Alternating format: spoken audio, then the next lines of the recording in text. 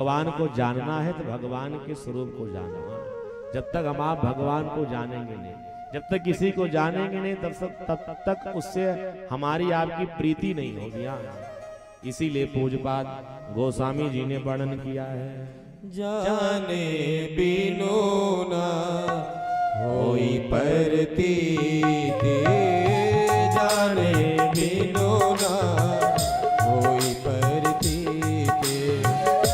जाने बिनु ना होई परतीति, जाने बिनु ना होई परतीति, बिनु परतीति होई नहीं प्रीति, बिनु परतीति होई नहीं प्रीति, बिनु परतीति होई नहीं प्रीति। तो आए पहले हम आप सब भगवान के स्वरूप को जाने, भगवान को जाने। तो भागवत महात्म की चर्चा करते हुए भागवत के पहले महात्म के श्लोक का श्रवण करें। बड़ा पावन बड़ा दिव्य श्लोक है, जिनको याद हो हमारे साथ सब लोग गुनगुनाएंगे, नहीं याद है तो श्रवण करेंगे। श्रवण करने से भी जीवन का कल्याण होगा। सच्चिदानंद रूपा विश्वोत्पत्त्यादि हेतवे, तापत्रय विनाशाय श्रीकृष्णाय वयं नुमः, श्रीकृष्णाय वयं नुमः।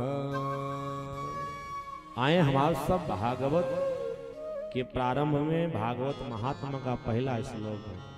भगवान श्री कृष्ण के चरणों में प्रणाम करें।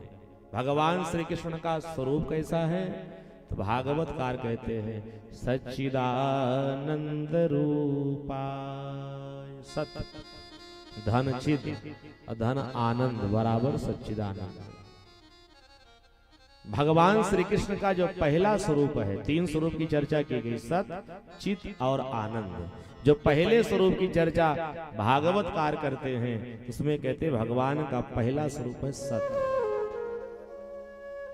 जिसका कभी विनाश ना हो, संसार में जिसका कभी अभाव ना हो, वही सत्य है। जो अविनाशी हो, जो सदा सर्वदा शाश्वत हो, वही सत्य है। अब आप जरा विचार करें, इस संसार पर आप दृष्टि डालो, क्या यह संसार शाश्वत है? संसार अविनाशी है? क्या संसार का कभी विनाश नहीं होता? ये पूरा संसार सजनों ये सब असत है। सत संसार सागर में अगर कुछ है तो केवल परमात्मा। ये पूरा संसार असतमय है, असत है। क्यों? क्योंकि संसार सागर में कुछ अविनाशी नहीं है। आज घर मकान दुकान यहाँ दिख रहा है, पहले नहीं था। 100-200 वर्ष पहले ये मकान दुकान की व्यवस्था यहाँ नहीं थी। अब मुझे लगता है 100-200 वर्ष बाद भी नहीं रहेगा। ये तो मकान दुकान ऐसे है जैसे आज के पहले ये पांडाल यहाँ नहीं था। लेकिन आज ये पांडाल हमको आपको यहाँ दिख रहा है। अब आप जितने लोग बैठे हो बताओ, 7 दिन के बाद क्या पांडाल यहाँ रहेगा? नहीं रहेगा। ये पूरा संसार ऐसे है, जो कुछ हमको आपको दिख रहा है ये पहले कुछ था नहीं। आज पांडाल की भांति हमको आपको नजर आ रहा है, लेकिन आगे के समय में ये संसार सागर में कुछ रहेगा नहीं, क्योंकि ये संसार कुछ है नहीं। संसार की व्याख्या जो भागवतकारों ने की है ना, जानते हो क्या है? संसरति इति संसारा, जो सनई सनई धीरे धीरे सरक रहा है वही संसार है। एक वृक्ष होता है, वृक्ष में कलियां खिलती हैं, पुष्प निकलता है, फल आता है और धीरे धीरे वो फल समाप्त हो जाता है। वृक्ष आज छोटा सा है, कल बड़ा होगा, एक दिन समाप्त हो जाएगा। वृक्ष की संसार सागर की बात छोड़ दीजिए, अपने शरीर को देख लीजिए। सनई सनई हम आप भी सरक रहे हैं। हम आप पहले जैसे थे वैसे हैं।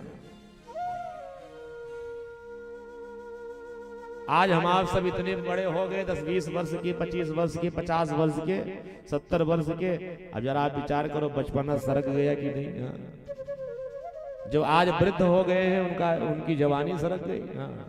जो युवा हैं, जीवान है, एक न एक दिन धीरे धीरे सनई। हाँ, लेकिन वो परिवर्तन, वो सरक इतने धीरे रहा है ना, इतने सूक्ष्म दृष्टि से हम आप देखेंगे, देख नहीं पाएंगे।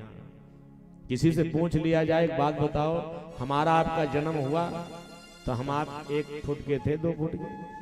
कौन ऐसा दिन आया कि 5 फुट हो गए? पता नहीं चलेगा। और हम ही आप नहीं, कोई धरती पर नहीं बता सकता, न कोई डॉक्टर न कोई वैज्ञानिक। हम आप जन्म लिए तो 2-2.5 किलो के थे, कौन ऐसा दिन आया 5 किलो के हो गए? किस दिन हम आप सब 10 किलो के हो गए? किस दिन हम आप सब 50 किलो के हो गए? वो दिन कोई नहीं बता सकता। क्यों? क्योंकि ये परिवर्तन सनई सनई हो रहा है, धीरे धीरे हो रहा है। इतना सूक्ष्म परिवर्तन है कि हर क्षण परिवर्तन हो रहा है, हम आप देख नहीं पाते हैं। किसी के साथ साल 2 साल 3 साल जब साथ में लगातार रहेंगे ना, तो 3 साल बाद अरे पहले तो ऐसे रहे, आज तो आप में परिवर्तन हो गया, अब तो आप मोटे हो गए, दुबले हो गए, काले हो गए, गोरे हो गए। ये परिवर्तन 4-6 साल बाद हमको आपको दिखता है। क्यों? क्योंकि संसार सागर में हम आप भी सत नहीं है, सत केवल परमात्मा है। बल्कि जितना कुछ दिख रहा है ना, ये सब असत्य है। और ये मैं नहीं कह रहा हूं, इसको पूज्यपाद गोस्वामी तुलसीदास जी ने वर्णन किया है, और देवादिदेव महादेव मैया पार्वती जी को बता रहे हैं। पार्वती, मैं अपना अनुभव आपके सामने प्रकट कर रहा हूं, ध्यान देके सुनो। उमा कहूँ मैं अनुभव अपना, उमा कहूँ मैं अनुभव अपना, उमा कहूँ मैं अनुभव अपना, उमा कहूँ मैं अनुभव अपना। सत हरि भजन जगत सब सपना, सत हरि भजन जगत सब सपना।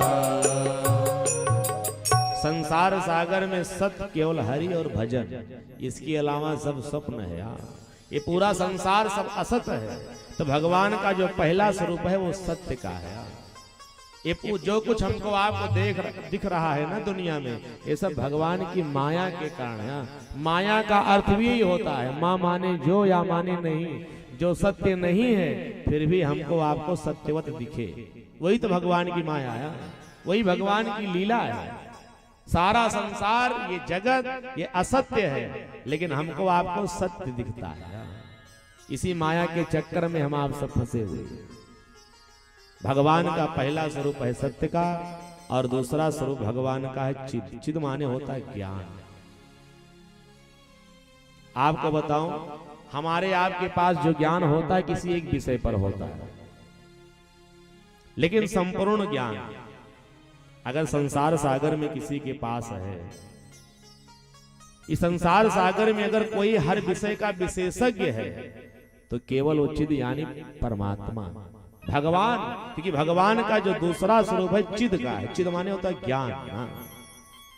बाकी कोई विशेषज्ञ नहीं है संसार में, कोई एक विषय का विशेषज्ञ हो सकता है। इस संसार सागर में हर विषय का विशेषज्ञ कोई नहीं है। इसमें भागवत का विशेषज्ञ हूं, लेकिन आप बताओ क्या संपूर्ण रूप से मैं हर विषय का विशेषज्ञ थोड़ी हूं? अभी हम घड़ी थोड़ी खराब हो जाए, प्रयास करेंगे, चल नहीं रही है, और कोई मिल गया घड़ी बनाने वाला, भैया क्या महाराज जी क्या हो, अरे घड़ी में कुछ खराबी आ गई, 1 मिनट में दिया और ठीक करके दे दिया। अब घड़ी बनाने का विशेषज्ञ तो वो है ना, तो हम संपूर्ण विशेषज्ञ कहाँ हुए, या आप कहां से हुए? इस संसार सागर में कोई एक विषय का, कोई अंग्रेजी का बहुत बड़ा विशेषज्ञ होगा एक विषय पर, कोई मैथ का विशेषज्ञ होगा, उस पर पीएचडी किया होगा, कोई विज्ञान का विशेषज्ञ होगा, साइंस का। लेकिन संपूर्ण रूप से सारे संसार के हर एक विषय का विशेषज्ञ इस धरती पर अगर कोई है तो केवल परमात्मा, जिसको हमारे शास्त्रों में सर्वज्ञ कहा जाता है। और हम आप सब सर्वज्ञ नहीं है, परमात्मा ही केवल सर्वज्ञ है। क्योंकि भगवान का जो दूसरा स्वरूप है ना, वो चिद का है। चिद माने होता है ज्ञान। और तीसरा जो स्वरूप है भगवान का, वो है आनंद। भगवान तो आनंद के दाता हैं, भगवान तो आनंद के सागर हैं। हमारे आपके पास जो आनंद है ना वो क्षण मात्र का है, थोड़ा सा है, लेकिन भगवान तो इतने बड़े आनंद के सागर हैं कि जो आनंद सिंधु सुख राशि करते तय लोक सुपासी करते त्रय लोक सुपासी जो आनंद सिंधु सुख राशि करते त्रय लोक सुपासी करते त्रय लोक सुपासी करते त्रय लोक सुपासी। भगवान आनंद के सागर है। सीकर आप समझते हैं, सीकर कहा जाता है कुसा, जो पंडित जी लोग लेके चलते हैं। एक कुसा उठा लीजिए और आनंद के सरोवर में, सागर में उसको डुबो दीजिए, और वही कुसा जब आप उठा लोगे ना अपने हाथ से, तो एक बूंद जो जल उस कुसा के नोक पर टिक जाए, उतना आनंद पाने के बाद एक परिवार नहीं, एक गांव नहीं, एक जनपद नहीं, एक प्रदेश नहीं, एक विश्व प्रपंच नहीं, बल्कि भूर भुवः स्वः जनः तपः सत्य वैकुंठ अतल वितल सुतल तलातल रसातल महातल पाताल, 14 भुवन के जितने भी जीव जंतु पशु पक्षी मनुष्य हैं सज्जनों, सब आनंदित हो जाते हैं केवल आनंद के सागर के एक बूंद आनंद प्राप्त करने के बाद। भगवान तो आनंद के सरोवर है, सागर है। ऐसे आनंद कंद सच्चिदानंद भगवान का सच्चिदानंद रूपाय, यही आनंद कंद सच्चिदानंद भगवान विश्वोत्पत्त्यादि हेतवे, यही भगवान विश्व की उत्पत्ति करते हैं, विश्व का पालन करते हैं और विश्व का संहरण करते हैं। ऐसे सच्चिदानंद भगवान का ध्यान करने से तापत्रय विनाशाय श्री कृष्णाय वयं नुमः। ऐसे सच्चिदानंद भगवान का ध्यान करने से हमारे आपके जीवन में जो 3 ताप हैं, दैहिक दैविक और भौतिक, इन तीनों तापों का निवारण होता है। कब? जब ये जीव भगवान श्री कृष्ण के चरणों में प्रणाम करता है, नमन करता है, वंदन करता है। तापत्रय विनाशाय, 3 ताप हैं जिनके द्वारा संसार सागर के जितने भी मनुष्य हैं ना, संसार सागर के प्रपंच में सब लोग अनेक प्रकार से कुछ न कुछ पीड़ा, कुछ न कुछ कष्ट दुख में अपने जीवन का निर्वाहन कर रहे हैं। उसमें जो पहला ताप है ना, वो दैहिक ताप है। दैहिक ताप क्या होता है? शारीरिक पीड़ा, शरीर में कोई आदि व्याधि हो जाए, कष्ट हो जाए, या मानसिक पीड़ा, इसको हमारे शास्त्रों में दैहिक ताप बताया गया। तो शारीरिक और मानसिक पीड़ाओं से जो मनुष्य इस संसार सागर में व्यतीत हैं, उनके जीवन का भी कल्याण हो जाता है। दैहिक ताप कहते हैं शारीरिक और मानसिक पीड़ा को। दैविक ताप होता है सजन, जो दूसरा ताप है दैविक। दैविक ताप की चर्चा शास्त्रों में जो की गई, जो दैव के द्वारा, प्रकृति के द्वारा जो संसार सागर में विपत्तियां आ जाती हैं, कष्ट आ जाते हैं, जैसे भूकंप, कोई तूफान आ गया, जल अति जल वृष्टि हो गई, बाढ़ आ गई, ये सब दैविक ताप में आते हैं। और सजनों सच बताऊं, भौतिक ताप में जो भूत प्राणियों के द्वारा, जीव जंतु जानवर मनुष्यों के द्वारा जो लोग सताए जाते हैं, जिनको पीड़ा मिलती है, जिनको कष्ट मिलता है, इस संसार सागर में उनको भौतिक कष्ट कहा जाता है, भौतिक पीड़ा। तो दैहिक दैविक भौतिक तीनों ताप जो मनुष्य के जीवन को दुखमय बना रहे हैं, इन तीनों तापों का निवारण होता है कि दैहिक दैविक भौतिक तापा राम राज काहू नहीं व्यापा। राम जी के राज्य में भी संसार सागर में किसी को दैहिक दैविक भौतिक कोई ताप नहीं था। यानी जो भगवान श्री कृष्ण के चरणों में जो जीव प्रणाम करेगा ना, उसके जीवन में राम राज्य की स्थापना होगी। हाँ, उसके जीवन के जो 3 ताप है ना, तापत्रय विनाशाय, तीनों तापों का विनाश होगा। श्री कृष्णाय वयं नुमः। जब हम आप सब भगवान श्री कृष्ण के चरणों में प्रणाम करेंगे, वयं नुमः, बोलिए कृष्णचंद्र भगवान की जय हो। तो आए हम आप सब भगवान के चरणों में प्रणाम करते हुए 2 बार भगवान नाम का आश्रय ले लें। फिर अगली पंक्ति में हम आप सब प्रवेश करेंगे। मस्ती में हमारे साथ सब लोग झूम करके गुनगुनाएंगे, झूम करके प्रेम के साथ बोलेंगे।